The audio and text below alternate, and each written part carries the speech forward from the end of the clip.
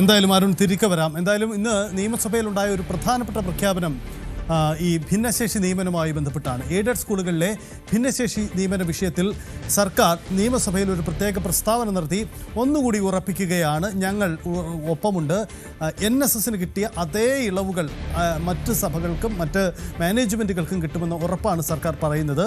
നേരത്തെ ചർച്ചകളിൽ ഉയർന്നു വന്ന് അത് ഉറപ്പ് നൽകിയതാണെങ്കിൽ കൂടിയും നിയമസഭയിൽ ഒരു ഔദ്യോഗിക പരിവേഷം നൽകിക്കൊണ്ട് തന്നെ ആണ് വിദ്യാഭ്യാസ മന്ത്രി ഇന്ന് ഇക്കാര്യങ്ങൾ പറഞ്ഞത്. കേൾക്കാം ഒരിക്കൽ കൂടി വി ശിവൻകുട്ടിയുടെ വാക്ക്. ഭിന്നശേഷി നിയമനവുമായി ബന്ധപ്പെട്ട് NSS ബഹുമാനപ്പെട്ട ഹൈക്കോടതിയിൽ സിംഗിൾ ബെഞ്ചിൽ കേസ് ഫയൽ ചെയ്തു. അത് തള്ളിയതിന്റെ അടിസ്ഥാനത്തിൽ ഡിവിഷൻ ബെഞ്ചിൽ അപ്പീൽ ഫയൽ ചെയ്യുകയും അത് തള്ളിയതിന്റെ അടിസ്ഥാനത്തിൽ ബഹുമാനപ്പെട്ട സുപ്രീം കോടതിയിൽ കേസ് ഫയൽ ചെയ്യുകയുണ്ടായി.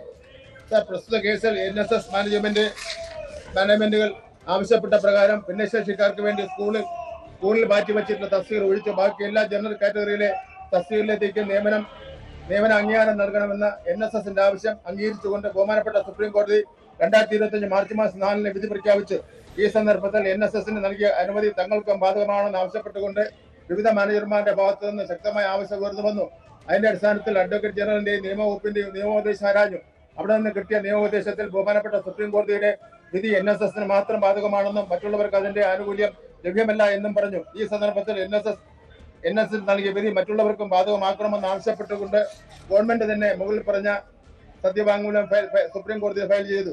പ്രസ്തുത സത്യവാങ്മൂലത്തിൽ ബഹുമാനപ്പെട്ട സുപ്രീം കോടതി പറഞ്ഞ സമിതി രൂപീകരണം ഉൾപ്പെടെയുള്ള എല്ലാ കാര്യങ്ങളും പൂർത്തിയാക്കിയ സാഹചര്യത്തിൽ ജനറൽ കാറ്റഗറിയിൽ നിയമിക്കപ്പെട്ട അധ്യാപകർക്ക് നിയമനാംഗീകാരത്തിന് അപ്രൂവൽ നൽകുന്നതിന് അനുവദിക്കണമെന്ന് ആവശ്യപ്പെട്ടിട്ടുണ്ട്. നായർ സർവീസ് സൊസൈറ്റിക്ക് നൽകിയിട്ടുള്ള ഉത്തരവ് ബഹുമാനപ്പെട്ട സുപ്രീം കോടതിയുടെ അനുമതിക്ക് വിധേയമായി സമാന സ്ഥിതിയുള്ള മറ്റ് മാനേജ്മെന്റുകൾക്കും ബാധകമാക്കുമെന്നാണ് സർക്കാർ നയം.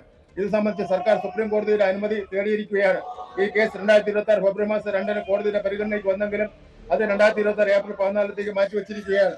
ഇതിൽ ബഹുമാനപ്പെട്ട സുപ്രീം കോടതി ഉത്തരവ് പുറപ്പെടുവിക്കുന്നതോടെ ഭിന്നശേഷി വിഷയവുമായി ബന്ധപ്പെട്ട് പ്രൊഫഷണൽ ദിവസവേതന അടിസ്ഥാനത്തിൽ തുടരുന്ന എല്ലാ അധ്യാപകർക്കും അവരുടെ നിയമന തീയതി മുതൽ തന്നെ സ്ഥിര നിയമനം നൽകുവാൻ സാധിക്കുമെന്നാണ് സർക്കാർ പ്രതീക്ഷിക്കുന്നത്. ഇതാണ് മന്ത്രി നിയമസഭയിൽ പറഞ്ഞ കാര്യം. എന്തായാലും സംസ്ഥാനത്ത് വലിയ ചർച്ച ചെയ്യപ്പെട്ട ഏറെ വിവാദമായ ഒരു കാര്യത്തിലാണ് നിയമസഭയിൽ ഇപ്പോൾ ഒരു രേഖാമൂലവും മന്ത്രിയുടെ ഉറപ്പുകൂടി വരുന്നത്. ഫാദർ ഫിലിപ്പ് കവിയിൽ നമുക്കൊപ്പം ചേരുകയാണ്, Catholic Congress global director. Father Philip Kaviyil, താങ്കളടക്കം ഏറെ പ്രതിഷേധം സർക്കാരിനെതിരെ വിദ്യാഭ്യാസ മന്ത്രിക്കെതിരെ നടത്തിയൊരു വിഷയമാണ്. മുമ്പ് നിങ്ങൾക്ക് വാക്കാൽ നൽകിയ ഒരു ഉറപ്പുണ്ടായിരുന്നു.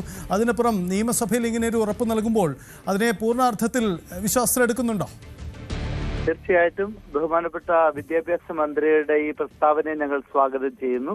അതേസമയം ഞങ്ങൾക്ക് പൂർണ്ണമായി തൃപ്തി വരണമെങ്കിൽ ഞങ്ങളുടെ അധ്യാപകർക്ക് അവരുടെ നിയമനം അംഗീകരിച്ച് കിട്ടി അവർക്ക് ശമ്പളം കയ്യിൽ കിട്ടിയാലേ ഞങ്ങൾ പൂർണ്ണമായി വിശ്വസിക്കുകയുള്ളൂ. കാരണം ഇതിനോടകം നമുക്ക് അനേകം വാഗ്ദാനങ്ങൾ ലഭിച്ചിട്ടുണ്ട്, പ്രസ്താവനകൾ നമ്മൾ കേട്ടിട്ടുണ്ട്. ഇനി മുതൽ നമ്മൾ പ്രസ്താവനകളിലും വാഗ്ദാനങ്ങളിലും മയങ്ങുകയില്ല, മറിച്ച് കാര്യത്തോടെ എടുക്കുമ്പോൾ ഇത് കൃത്യമായി നടക്കുന്നുണ്ടോ എന്ന് ഞങ്ങൾ കൃത്യമായി വിലയിരുത്തും. ഏതായാലും സർക്കാരിന്റെ ഭാഗത്ത് നിന്ന് ഇത്തരം ഒരു നീക്കമുണ്ടായത് വളരെ ശുഭോദർക്കമായ ഒരു കാര്യമാണ്. ഞങ്ങൾ അതിനെ സ്വാഗതം ചെയ്യുന്നു. തീർച്ചയായിട്ടും ഞങ്ങൾക്ക് ചോദിക്കാനുള്ളത്, ഞങ്ങൾ ഇതേ കാര്യമാണ് ഇത്രയും നാളും ആവശ്യപ്പെട്ടുകൊണ്ടിരുന്നത്. ബഹുമാനപ്പെട്ട വിദ്യാഭ്യാസ മന്ത്രി തന്നെ ചങ്ങനാശ്ശേരി അരമനയിൽ വന്ന അഭിമന്യ മാർ തോമസ് തറയിൽ പിതാവിനോട് നേരിട്ട് വാഗ്ദാനം ചെയ്ത കാര്യം നാളുകൾ കഴിഞ്ഞിട്ടും പ്രായോഗികമായില്ല. അതിലാണ് ഞങ്ങൾക്ക് അസ്വസ്ഥത ഉണ്ടാവുകയും ഞങ്ങളത് പ്രതികരിക്കുകയും ചെയ്തത്. അതുകൊണ്ട് ഗവൺമെന്റ് നല്ല കാര്യങ്ങൾ ചെയ്താൽ ഞങ്ങൾ നല്ല കാര്യങ്ങളായിട്ട് അംഗീകരിക്കും.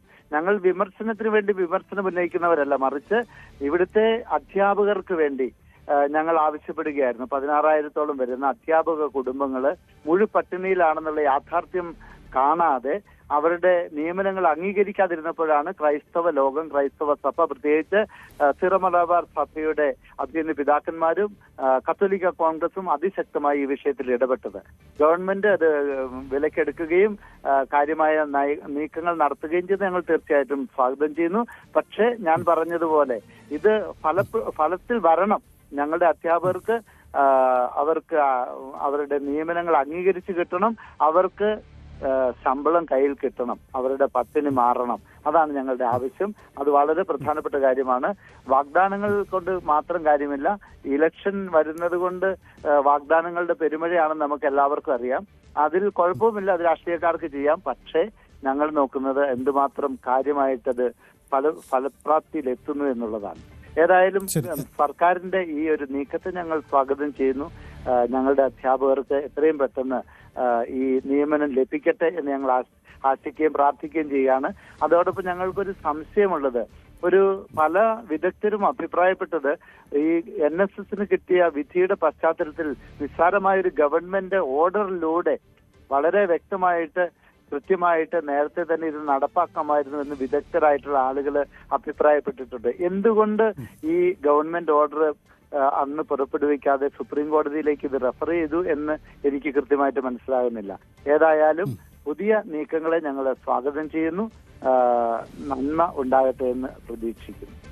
ഫാദർ, ഒരു കാര്യം, ഈ കടുത്ത പ്രതിഷേധം പൊതുവിൽ താങ്കൾ സൂചിപ്പിച്ചതുപോലെ ഈ ശമ്പളം കിട്ടാത്ത കുടുംബങ്ങളിലുണ്ടായിരുന്നു, സഭയിൽ പ്രത്യേകിച്ചും ഉണ്ടായിരുന്നു, സഭാ നേതൃത്വത്തിനും ഉണ്ടായിരുന്നു. ആ അതൃപ്തിയൊക്കെ കഴിഞ്ഞ തദ്ദേശ തെരഞ്ഞെടുപ്പിലും പ്രകടമായിട്ടുണ്ടാവും അല്ലേ? അതെ, തീർച്ചയായിട്ടും.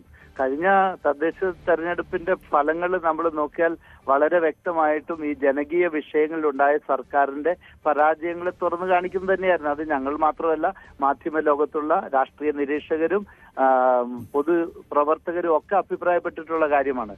അത് മാത്രമല്ല, ഭരണപക്ഷത്തുള്ള ആളുകൾ തന്നെ അത് അഭിപ്രായപ്പെട്ടിട്ടുമുണ്ട്.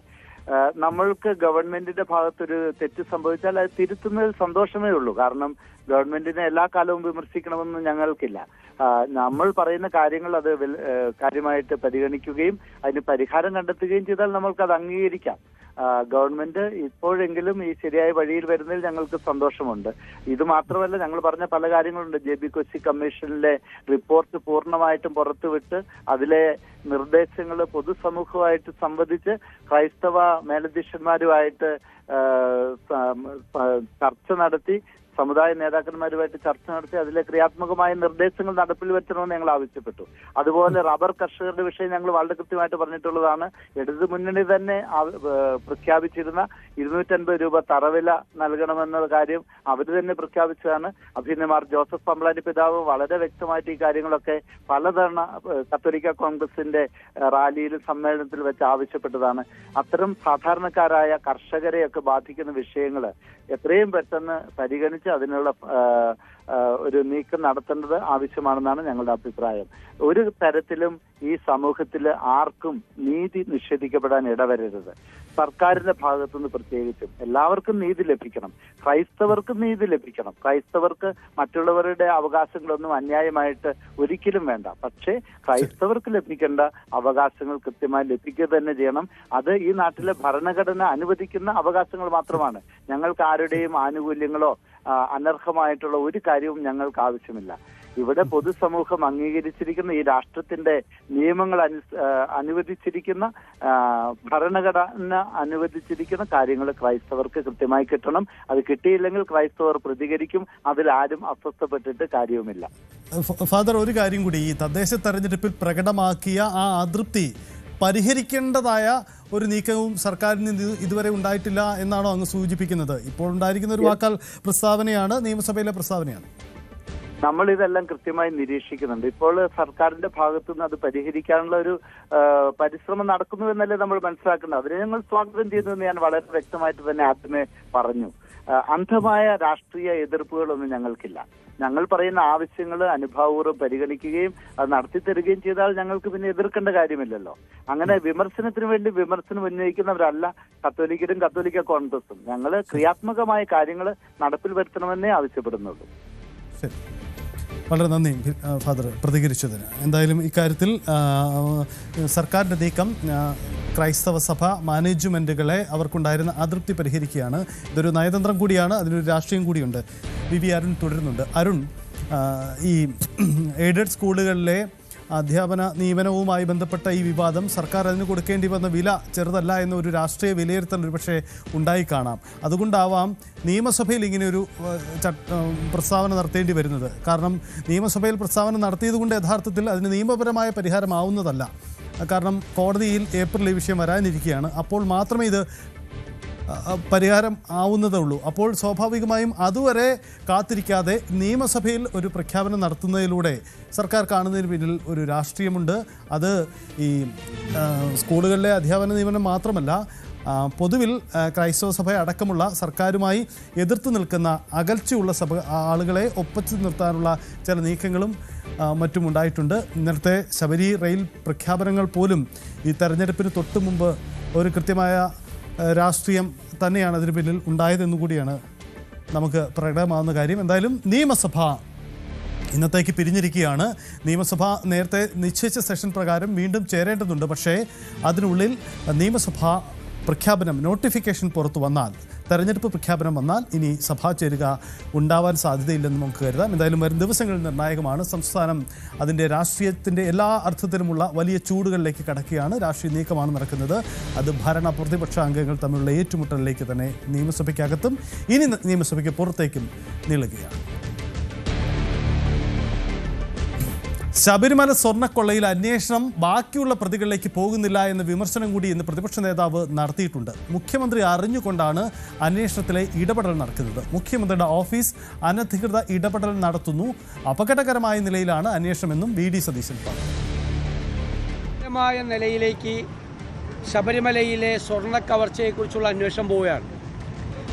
എല്ലാ പ്രതികളും പുറത്തിറങ്ങുകയും ഇനിയും അകത്തു പോകേണ്ട പ്രതികൾ പുറത്തു നിൽക്കുകയും ചെയ്യുകയാണ്.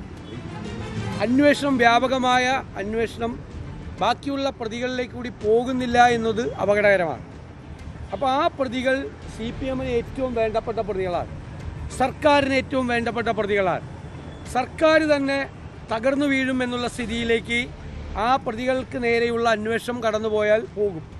ആ തിരിച്ചറിവിലാണ് മുഖ്യമന്ത്രിയുടെ ഓഫീസ്, ഞാൻ വീണ്ടും ആവർത്തിച്ച്, മുഖ്യമന്ത്രി അറിഞ്ഞുകൊണ്ട് തന്നെ, മുഖ്യമന്ത്രിയുടെ ഓഫീസ് എന്ന് പറയുമ്പോൾ മുഖ്യമന്ത്രി അറിഞ്ഞുകൊണ്ട് തന്നെ ഈ അന്വേഷണത്തിൽ അനധികൃതമായ ഇടപെടലുകൾ നടത്തുകയാണ്. അതുകൊണ്ടാണ് എല്ലാ പ്രതികളും, ഹൈക്കോടതിയും ബഹുമാനപ്പെട്ട സുപ്രീം കോടതിയും ജാമ്യം നിഷേധിച്ച പ്രധാനപ്പെട്ട പ്രതികൾ വരെ സ്റ്റാറ്റ്യൂട്ടറി ജാമ്യം നേടി പുറത്തു വരുന്നത്. ഒരു അന്വേഷണവും ഒരു തരത്തിലും നടക്കുന്നില്ല. കൂടുതൽ വാർത്തകൾക്ക് news 18 Keralam YouTube channel subscribe ചെയ്യുക.